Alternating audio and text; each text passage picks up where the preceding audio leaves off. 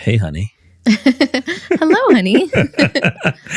Oh man, I've been trying to get you on the show for like forever. You And got me. right, right. Well, what I wanted to ask you and talk to you about was obviously specifically to your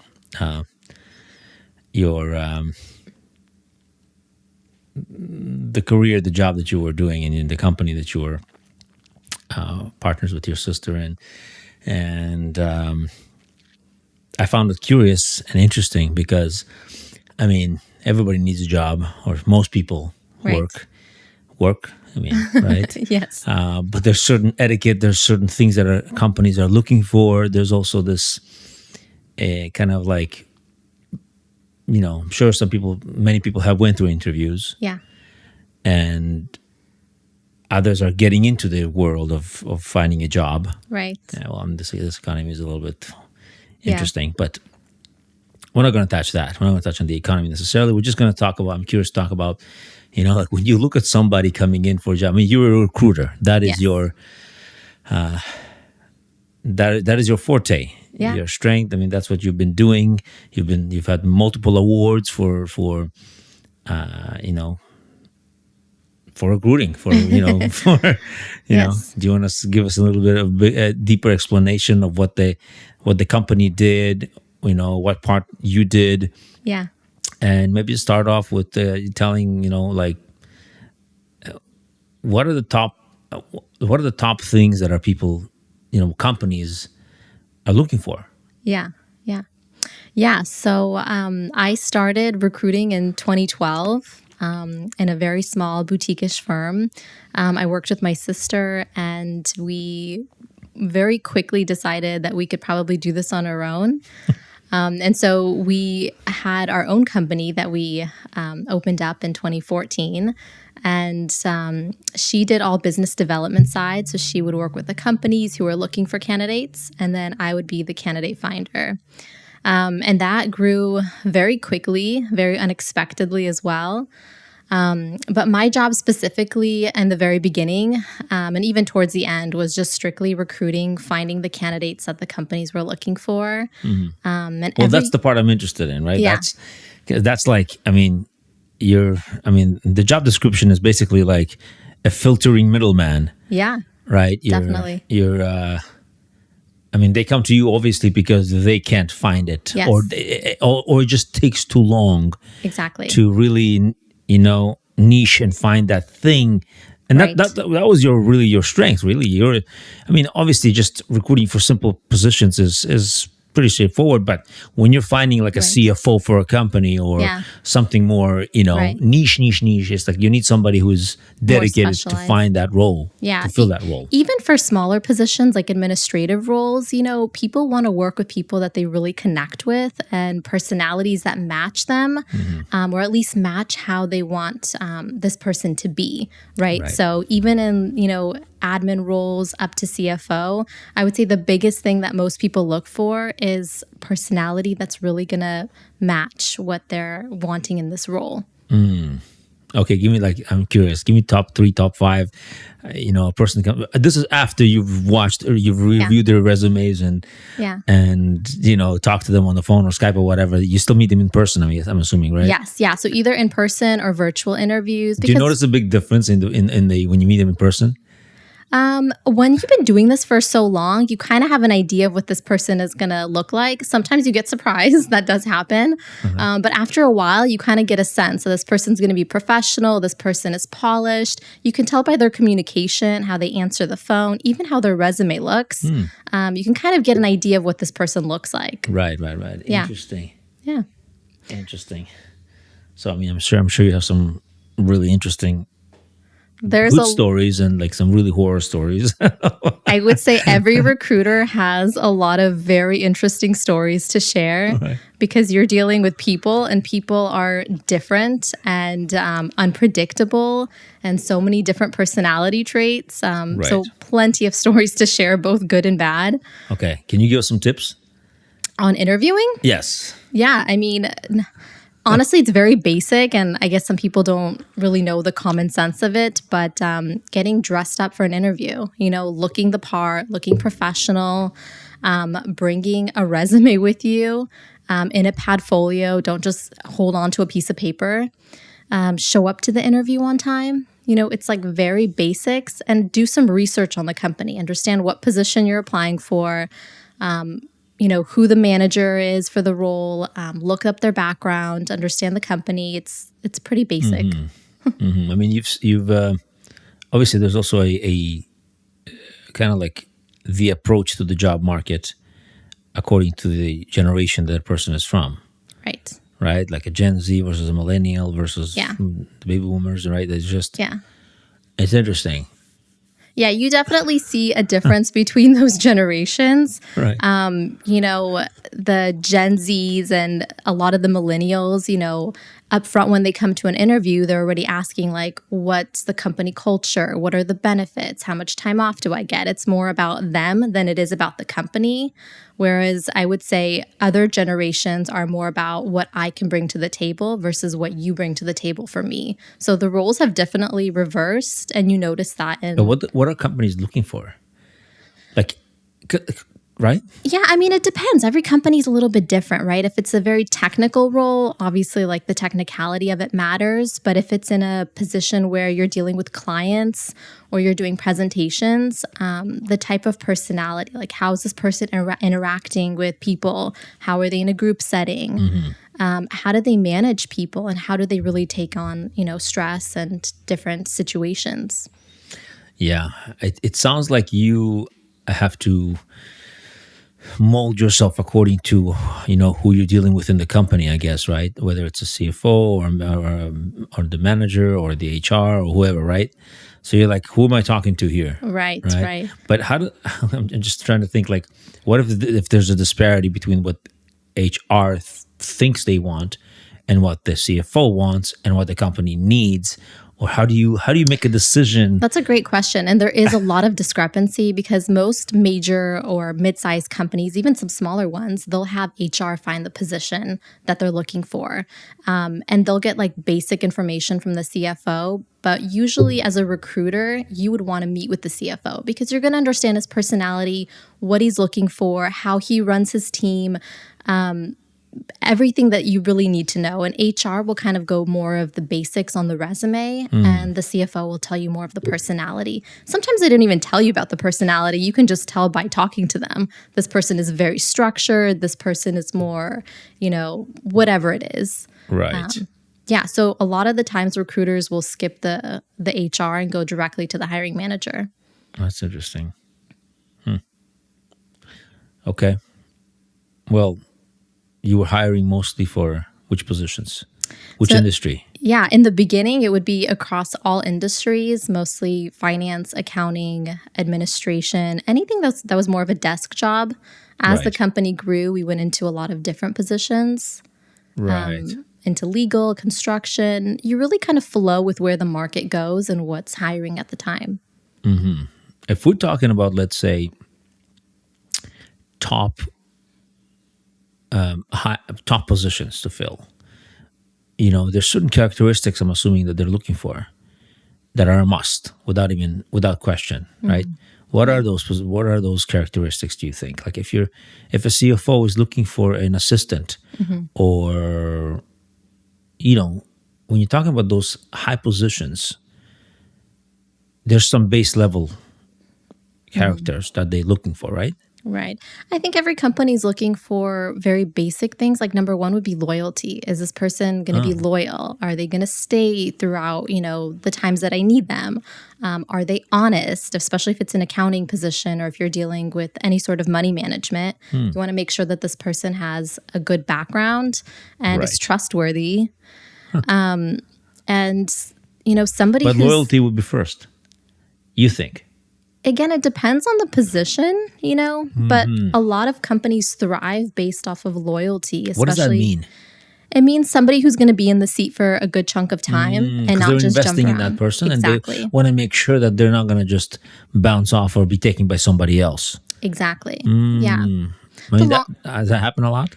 I would say right now, yeah, there's definitely a trend where people will move jobs every 2 to 3 years because they'll get a bigger pay increase.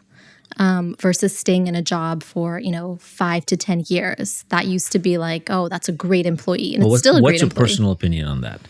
I think personally, if there's something you want in a job, you talk to your boss about it. If you're like, listen, I want to be making X amount, I want flexibility, whatever it is, having that in the manager's head helps them get to your goal, right? But if they don't know. I guess that bosses think like, very kind of, I don't want to say cold cut, but like, they're thinking of, I hired you, I gave you what you asked for, this is the position. Right. They obviously don't want to change the rules, right? Because that's what they signed up for in the beginning, and then it's kind of like a marriage. You are marrying the company and your team and your boss. Yeah. Yeah, I mean, listen, you do hire somebody for a specific role and you want them to be in that position, but understanding that these people are all human and they all have goals and aspirations and everybody wants to grow for the most part, right? So you have to kind of, as a leader, you have to place that in the company culture. Yeah. You have to put it part of the model and in your own psyche as well. Right. That, hey, like human beings want to grow. Yes. They want to become better, not worse. Especially the younger that they are. If they're newer to their career, they want to progress. They don't want to just be doing the same thing for the next 5 years, right?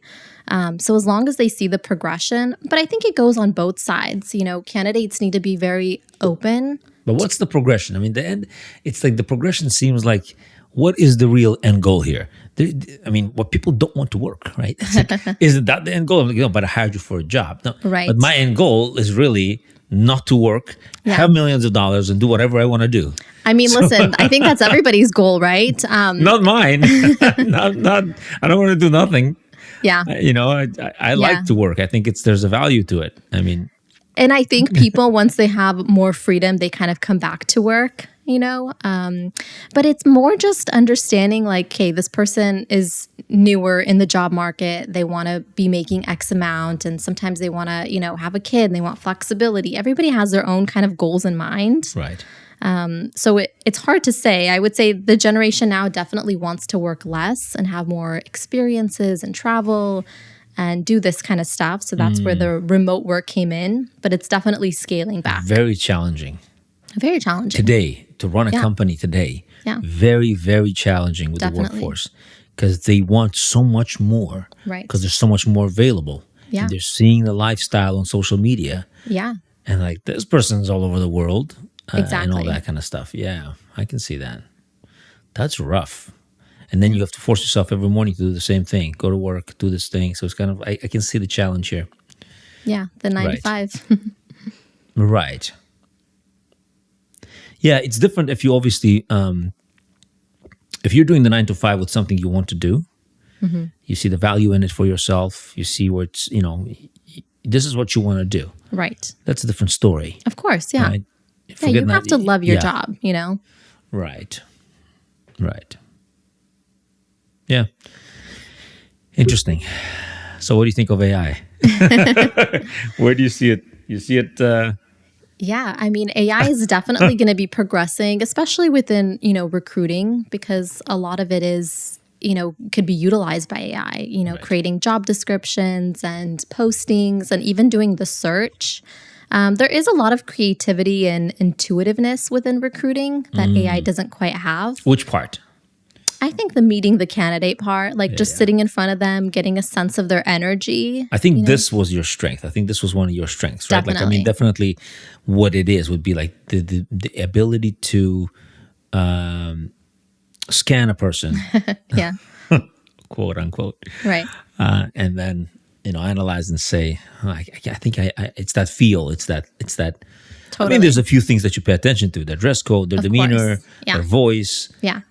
Their passions. You probably ask, what questions do you usually ask? What do you care about? You go through their resume and you see how they answer their questions. There's a lot of basic questions that people ask. Tell me about your last position. Why did you leave? Sometimes people get too honest, and a job as a recruiter is to really listen. A lot of recruiters do a lot of talking about position and all of that. I like to step back and let the other person talk because I get to know them and get a sense of who they are. and how they answer the questions. Are they going into detail? Are they bad-mouthing their boss? Are they, jumping every 2-3 months to a new job? So all of these things you take in consideration, but definitely a lot of scanning involved. I'm reading the person and listening to what they say and what they don't say. So at what point of the screening process do you talk about the culture?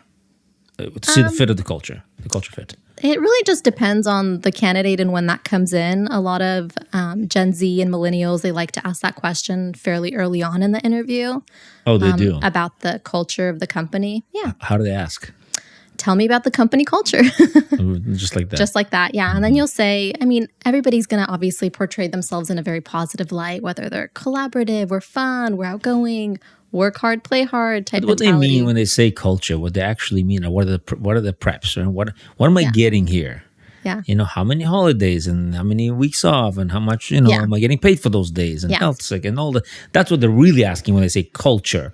They're not talking about what kind of food people are eating and dress code per se. Right. They care about the culture goes into, is this a micromanaging environment, or are they more hands-off? Are they flexible? Are they more rigid? Are they easygoing, or is it more like closed door policy? So I think that kind of goes into culture. The days off and, the benefits, a little bit more on the HR side. But it's part of it. It's part of it. If it's a more cool, relaxed type of culture, most of the time there's more flexibility and more time off, right? Yeah. But where's it leaning towards? What kind of culture is it leaning mostly towards, did you notice? Most people want to be in a fun, easygoing, hands-off, not micromanaged type of environment. Right. Yeah. Yeah. Right. And a lot of companies will portray themselves that way, but it doesn't necessarily mean that they are.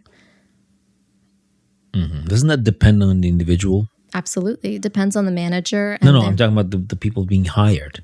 Mm-hmm. Like if they're, I'm thinking if I'm the boss here, okay? And I'm hiring somebody to do a job. If they're great and they do a great job, literally, right. Why would I need to micromanage them? You don't, but you don't know them in the beginning. And so you do need to oversee them and see how they're working. What's the standard learning curve for a new recruit? I would say about 90 days. So in 90 days, you should be able to tell. Oh, absolutely. People can tell in the first couple of days when somebody starts to work if this person's going to last or not. Yeah. Yeah. And I would say 90 days is like a probationary period. Cool. That's pretty standard across the board. Why? 3 months. 3 months. It's just why? I think it's just a good amount of time to see how this person is working. Are they calling out? Are they getting their work done? It's a good amount of time. But most people can tell, like anytime I've hired somebody, I could tell within the first 3 to 4 days how well this person's going to do. And most of the time I'm right. And within interviews, I can tell in the first 5 minutes if this person is going to be a good match. That fast? Yeah. Well, you know what you're looking for. Yeah. Isn't that? You know what you're looking for? The process of you figuring out exactly what company requires. How much do you deviate from that original vision? Like the company explains to you what they're looking for. Right. You know what that candidate looks like. Yeah. Because you create it in your head, and then you're like, okay, this is the persona I'm looking for. And then you find 5 candidates or 2 candidates that are close to that image. Would you say, you know what? It's okay. That will fit. They'll work. They'll work. It depends. Yeah. Sometimes you will do that because you'll be like, they match, X, Y, and Z. Personality looks like it'll fit in. Sometimes it'll be a little bit different, but you'll still be like, you know what? I could think that this person will still fit in because of whatever the case is. So yeah, you do deviate a little bit because you're not going to create a perfect person in your head, right? And find them. Right. They have non-negotiables, right? They have non-negotiables. Yeah, but even those can sometimes be negotiable. Really? I would say almost everything is negotiable, but not everything at the same time is negotiable. I see. Yeah. Just like a marriage. It's very similar to one. It's a relationship. That's cool. A professional one, but a relationship. So you think that AI will replace a lot of the industry, but there's going to be a niche that's still going to be a difficult thing to do. I think it's not necessarily going to replace the industry, but I do think it'll adjust the industry, as technology does. I think definitely the sourcing part of it, it'll really assist recruiters to be able to work on more positions and screen candidates, at least for like those basics. So if you have 6 recruiters doing X amount of work, you will have now 1 recruiter doing 6 recruiters' work. You can. Because you can streamline much more, reach much more, and right. Yeah. I can see that. Yeah, absolutely. You'll be able to speed up the process. Yeah. In my time, I was interviewing, 10 to 15 people a week, which was a lot. I'm sure, once AI kicks in and takes in a lot of the administrative and kind of the tedious work, you could probably double those numbers. Right.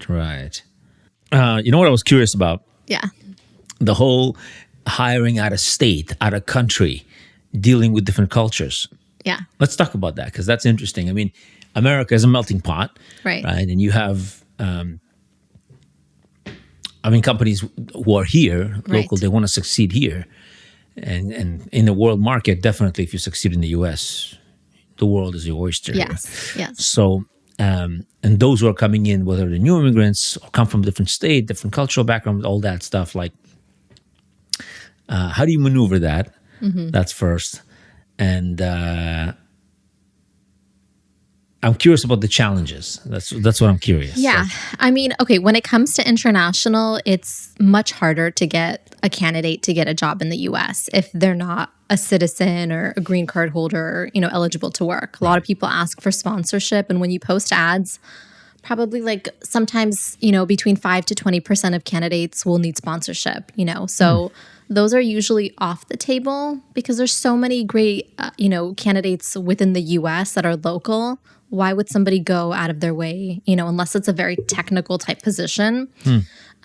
So that doesn't happen often as far as international goes, unless it's Canada, and that's usually a little bit easier. Again, if they have specific credentials that we're looking for. Right. But mostly, I would say people want to hire local candidates. Even, out-of-state candidates we've done a lot with, but more so for higher level positions and very niche type industries. Yeah. I remember you telling me that you really like those who are like from Middle America, Yes, with a Southern accent or something. I love the Midwest candidates, especially if they're living in California. They just have this work ethic, this respect, this kindness. Not that you don't see it in Californians or, people from the East Coast or West Coast, but there's something about that Midwest. Those personalities, they're just sweet, easygoing, easy to work with, humble. Right. Yeah, right. There's definitely something to it. Good values, right? They grew up with good values. The values are there and you can see it very quickly. It's interesting. Yeah. How has the resume changed, would you say? Like, do you know what I mean? Like, yeah. I mean, now we're talking about a whole other animal where AI comes in and helps you with all of that, right? But have you had a chance to look at how AI comes up with resumes? Or yeah, they do a great job with resumes. Really nice, especially if you tell them, I want bullet points. I want this as, my objective. This is the type of job I'm applying for. Do you think people really know what they actually want? Like when they write a resume, right? It's not just your background. Right. It's also what you want for your future. Yeah. Kinda, because that's what they're reading into, right? Right. So I'm thinking like, okay, does a person know what they actually want so that they can direct their resume to where they want to go? So it's clear to the hiring manager that... So a lot of times people, what they should do is tailor their resume for the position they're applying for. So if they've been a project assistant, for example, and they want to be a project manager, they're going to write, objective is to be a project manager since I've been a project assistant for 4 years. So a lot of times it gets tailored based off of what they're applying for. And hiring managers and specifically HR love to see that. They don't want to see project assistant on the resume unless it's their, job title of their previous role, if that's what they're applying for something else. Mm-hmm. I see. Cool. I mean, there's you've done a lot of like finance, right? I Yeah. mean, in the beginning, anyways, there Yeah. was a lot of Accounting and finance, a lot finance. of Yes. accounting and finance. Yes. And then basically in the recruiting world, there's different industries you're dealing with. So But just because you're a recruiter in one industry doesn't mean you're good in another industry, right? I mean, or am I wrong here? yeah, I mean, there's, a recruiter is a recruiter. So for the most part, you can recruit for anything. I've done, CFO positions. I've done legal positions, marketing. I mean, it's across the board. I've even Right. done many construction roles. Right.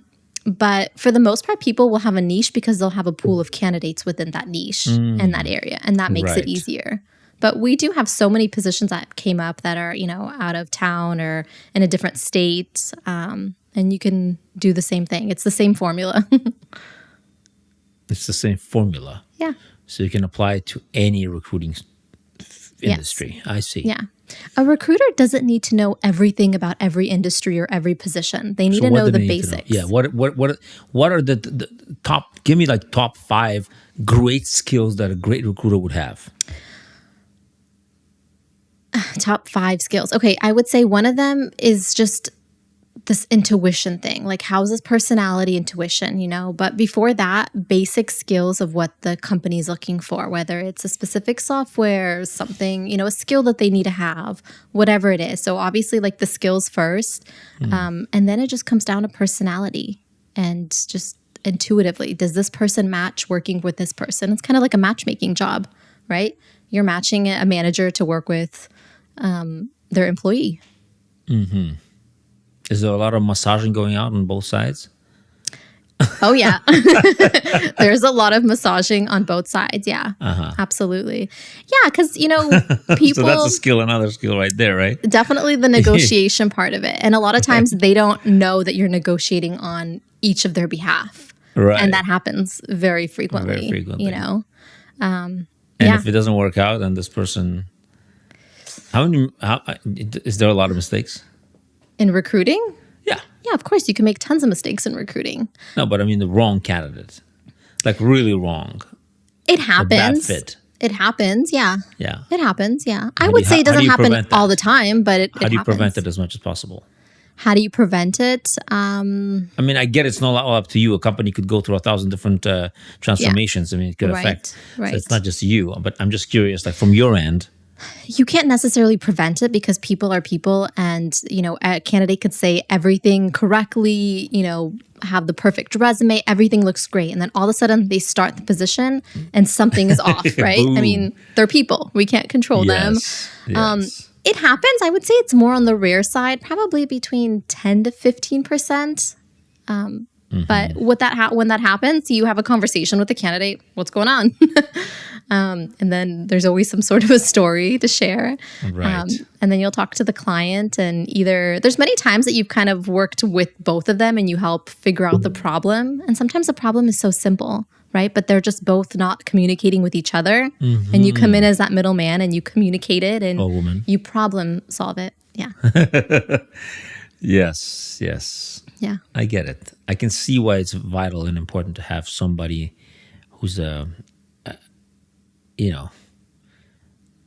negotiator in the middle, I guess. Especially, I would say, like when it's time to negotiate salary or flexibility, people don't always feel comfortable directly talking about it. There's some people who do. They're like, I want to negotiate on my own behalf. And I'm always weary of those people because I don't necessarily know how they negotiate. But when it comes from somebody that's not really affiliated with the job, it makes it so much more smoother of a process. Like, oh, this candidate's not asking for this much. They're okay with this amount, but I know that they've had other offers closer to this amount. Can we get them there so they're excited? So it's kind of like a smoother process to negotiate it without, having the candidate seem greedy or needy. Right. Yeah.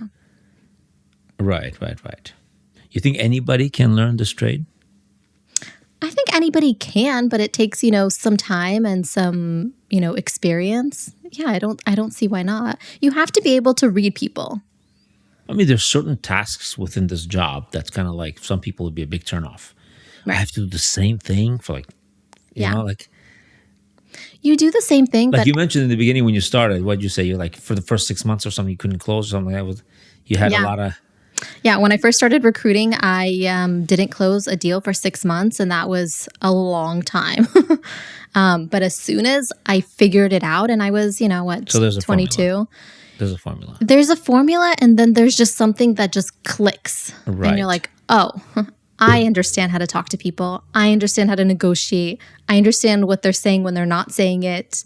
It's those little things that you just put the pieces together. Yeah. You can't beat experience, huh? You really can't. Yeah.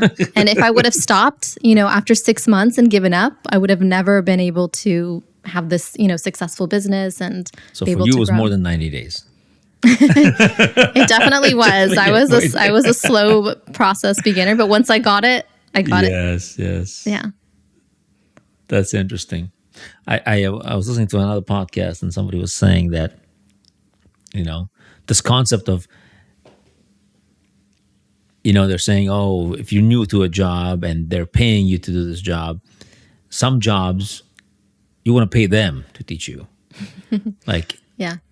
the value of what you're going to get. Right. You really want to get that position. Yes. Does that ever happen? That people are so eager to get a job that like, I want that position right there. I don't care if they pay me more or whatever less. I just want to Yeah, get that job. that does happen, but I'll tell you, companies don't want to hire anybody like that.